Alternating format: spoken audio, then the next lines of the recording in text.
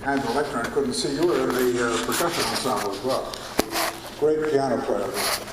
First piece there, he had to know exactly what to do. When the guitar solo was playing, he knew to channel his inner Count Basie and stay out of the way of the guitar solo, which is, that happens about 1 out of 100 times. Usually the pianist is in competition there.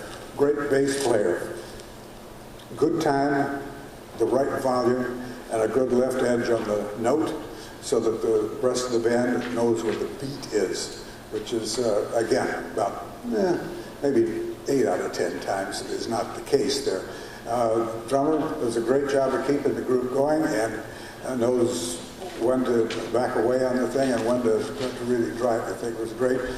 Wonderful guitar solos there, good, interesting stuff in all these parts. So you guys are fortunate. As you well know, without a good rhythm section in a jazz band, they might as well not even show up because it makes the rest of it is not possible. Good solos. And one of the things I really liked about solos is they've all learned a lesson that sometimes silence sounds good. You don't have to fill every microsecond of a solo with sound in order to make it work. I noticed that particularly with your sax solos here. I really enjoyed that, as well as the flugel and everything else, so it's great. A couple of suggestions on balance. Good bass trombone player, you could channel your inner animal a little bit more at times. And usually bass trombone players, you don't have to be told that twice, you know. We like to do that. That's very good. So I'll get into some of the other solo-specific pieces there throughout. Lead trumpet, who's that? You? Wonderful. I watched back there, and so many times we can tell who's the one that's the lead trumpet player because the face is the most red and it looks like they're straining to play it. As you've already learned, to play high on a brass instrument is not hard if you do it right. Some of that's kind of a myth, you know. You see people going to play high, oh my gosh, and you do it. And you watch the Wynton Marsalises of the world, and they're not working hard, are they? Just a good trumpet section all the way through there. I'm going to make just on the red clay. It was very good. Good solos throughout. In general, I'd like to hear more of the trombone section. Now, you've all got your bells so that you're, moving the stand so that you can play out. Still have some difficulty playing because you're playing into the fabric of the piece, and so everybody does this. Trumpet's got it made. They're way up on a high perch up there. If they were down on the floor and seated, we'd do the same sorts of things. I don't know, maybe sometimes you use a little bit of a riser. That explains it, right? We don't hear you. There's one spot in the last piece where I suggested on the tape that goes back away. That shows how long I've been around. I'll explain tapes later on. They don't make those anymore. But as I explained there, that I would suggest you stand up. You've got one spot in the last piece that just stand up when you're playing the solo parts on that there. So, yeah, the red clay was wonderful. Great solos out there. Spots that like it, letter 15, whatnot. Saxes, when you've got the beep it up, you play it. It's a little bit too polite. You could, saxophones could, particularly when it comes to accenting, just overdo it. And I always use the analogy that when we're playing any kind of music, you have to make sure that the articulation is such, not the volume, but the articulation is such that people can hear it in the back of the room. I don't know if any of you ever have heard of a singing group called the King's Singers. You have, okay, 6 guys from the UK, and they sing acoustically, no amplification. I once heard them at a concert at the choral convention at Salt Lake City, at the concert hall, the orchestra hall. They were on the stage, no amplification, 6 guys, 3,000 people or something in seats. You could hear them perfectly, and they weren't working their voices hard. But at the end of the 2-hour concert, their lips must have been worn out because you could hear everything we do. Now, same thing here with what we do. It's the articulation and getting so that the articulation, everything we do hits the back of the room, not necessarily the volume. I don't have to tell you that. You already know that. But just get so that the articulation, whatever it is, do more of it. That's why I say don't be quite so polite in a few cases there. Now, one piece at the Thoughts of You. Great job on the trombone solo. Not an easy trombone solo. You probably, when you got to the part where the improvisation, you kind of went, I can relax and just do my thing there, which you do beautifully. Great job with the improvisation on that. Now, at the beginning of this is so different a kind of music than the piece you played before. You almost have to put it up and get yourself mentally playing that piece before you ever start. Because what happens is, one, down, ba. Now, how do you subdivide that? Is it a straight concert approach, or do you want a slight swing to it, or how you? No, straight. Straight. Okay. Because some were just kind of feeling the swing from the type of things from the piece before. So every piece that you play, and you do quite a nice job of it, you have to pre-hear the piece before you ever start it. And let's just start just start from the beginning.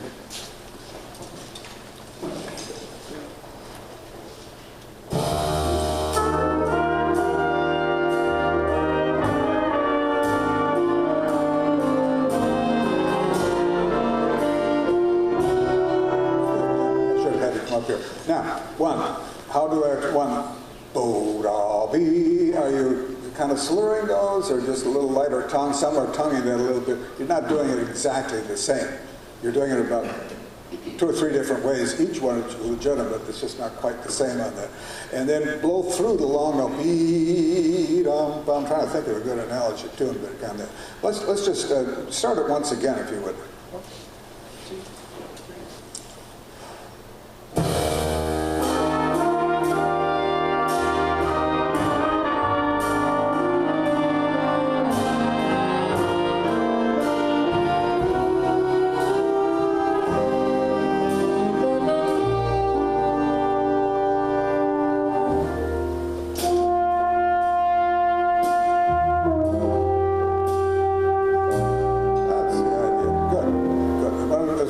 Here again, the rhythm section knows exactly the right, that you rehearse it a lot, probably done that too, but get out of the way of the soloist on this. At the same time, you come up on the thing. When he's playing something that's rather agitated, you follow him on the thing and support the soloist, which is really important there. So anyway, you have a great level of instruction, obviously, with this group. How many take private lessons? Just about everybody, huh? Do they drive up from? Some of them go down to Salt Lake, some of them go locally. Some of them do locally there, yeah. Well, you're very fortunate to have the approach to this that you do. Guys are very lucky. On the last piece, good, thank you. You did wonderful on that trombone solo.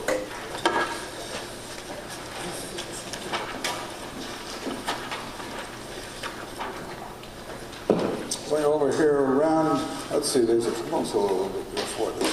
Trombone solo. Maybe I got the wrong place. The trombone solo is at the top. Let's make sure it's here. Yeah, let's just hear that right up at bar 60. 60? Yeah. 60?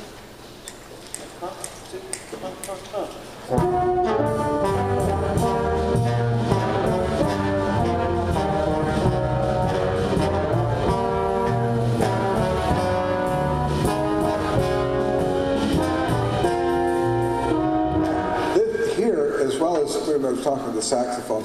Even a sharper left edge on the note would be not overdone. Now you might be offending the saxophone players a little bit. That's okay, isn't it? Right? I tell you, they say, "Oh yeah, we're happy to do that." I play brass too.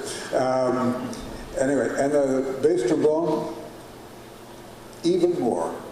Now, Make sure it's fueled with plenty of air on that, and just move that air on it, but just more on that, if you would. Start once again with just...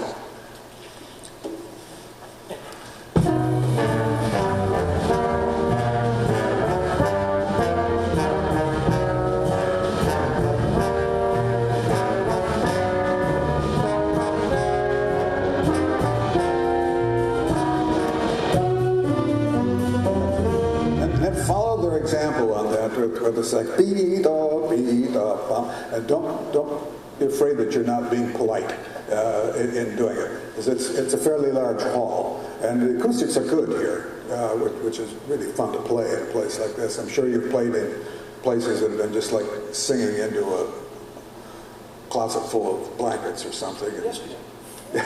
Yesterday. As recent as yesterday. That's one of those things that, oh my gosh, no matter what you do, you feel you can't get out. In which case, don't try to overcome the hall. You never win that one. Okay, that's great in the bass trombone. Just watch again. Anytime that we go to play louder, if we tense up, we tend to go a little bit on the sharp side, but fine player. That's great all the way around. Good drummer. Two drummers we have had. Both did fine jobs. So it's great to hear this. How was the experience over in Reno? It was good. Good? Good. Have you ever come up to that? You've been up to the Idaho Festival, haven't you? You've never been? You should do that. All right. I haven't been up there, but I was involved in starting it a long time. About the time your parents were born, probably. Long time ago. But there was a time it was the biggest festival on any college campus in the world. Have some great players. But you guys would do well there. There's some groups that come over from the Seattle area that are really, really good, but you're very competitive with that. This is wonderful. Well, congratulations. Have a great time here. I'm sure you will. Don't have to tell you to do that, and travel safely on the way home. Come back. Yeah.